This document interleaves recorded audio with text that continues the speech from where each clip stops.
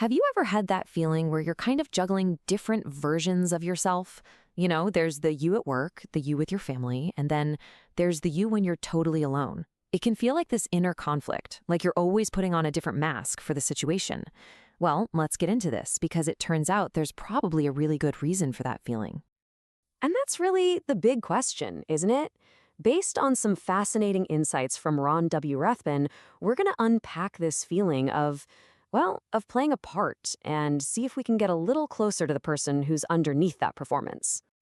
So here's our roadmap. We're going to start by looking at these two distinct parts of ourselves. Then we'll figure out what shapes them, explore the one thing that really separates them, and then finally, look at a path to connect with our most authentic self. Okay, first up, let's lay the groundwork. The fundamental idea here is that within each of us, there are two distinct selves at play. You've got the personality that we build over time, and then you have the spirit that we're simply born with. So let's start with the one we probably know best, the self that's constructed piece by piece right from the moment we're born. This is what we're calling the soul personality. Now here's the absolute key. The soul personality is a creation.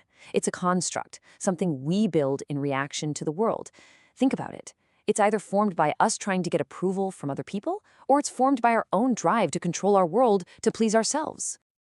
So what does that actually look like day to day? Well, this soul of ours is shaped by every interaction we have. It carries all this extra baggage from our intellect, all the ideas about how we think we should act or look for other people. It's totally wrapped up in control, and it's tied to our name, our identity, just in this one lifetime. All right, so that's one side of the coin. Now let's talk about the other half. This isn't something you build at all. It's something you uncover. This is your spirit self-expression. Now see, this is totally different from the soul. The spirit is innate. It's that deep, core part of you that's been there from the very beginning. It's not about who you need to become. It's about recognizing how you already are when you strip away all that outside noise. The sibling analogy is a perfect way to grasp this. Have you ever wondered why two kids raised by the exact same parents in the exact same house can be so completely different right from day one? The idea here is that's their unique spirit self-expression shining through. It's timeless. It's not a reaction to anything. It just is. Okay, so let's put these two side by side because this is where it really clicks. On one side, you have the soul. It's created, it's driven by the intellect, it lives in time, and it's always trying to please someone. And on the other side, you have the spirit. It's innate, it's based on feeling, it's authentic, and it just exists in this eternal now. These are two totally different ways of being, and they're both right there inside of us. All right, so if we've got both of these selves, what's the big barrier between them? What keeps them apart? Well, according to this perspective, the biggest barrier is our perception of time. This quote just nails it. The soul personality is completely bound by a linear timeline. You're born, you live, you die. And its biggest number one fear is that the clock is going to run out. That fear drives so many of its anxieties and actions. And this creates two completely different ways of going through life.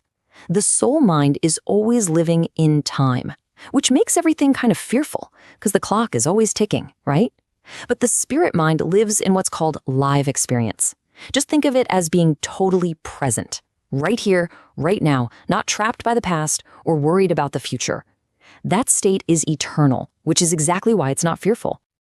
Okay, so understanding all this theory is one thing, but how do you actually do it? How do you bridge that gap?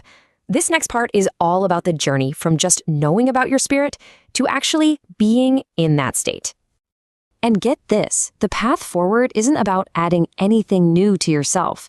It's actually a process of subtraction. It's all about letting go of that persona you've built for other people so that the person you really are can finally come out. So how do we get there? The source lays out this 4-step journey. First, you start to shift away from just living by your intellect's strict rules. Second, you consciously let go of that persona you put on for others. Now, the big turning point is number 3, learning to feel your way into that deeper soul-spirit connection. And this all leads to the final step, something called opening the Kelee. So let's quickly break down what that is.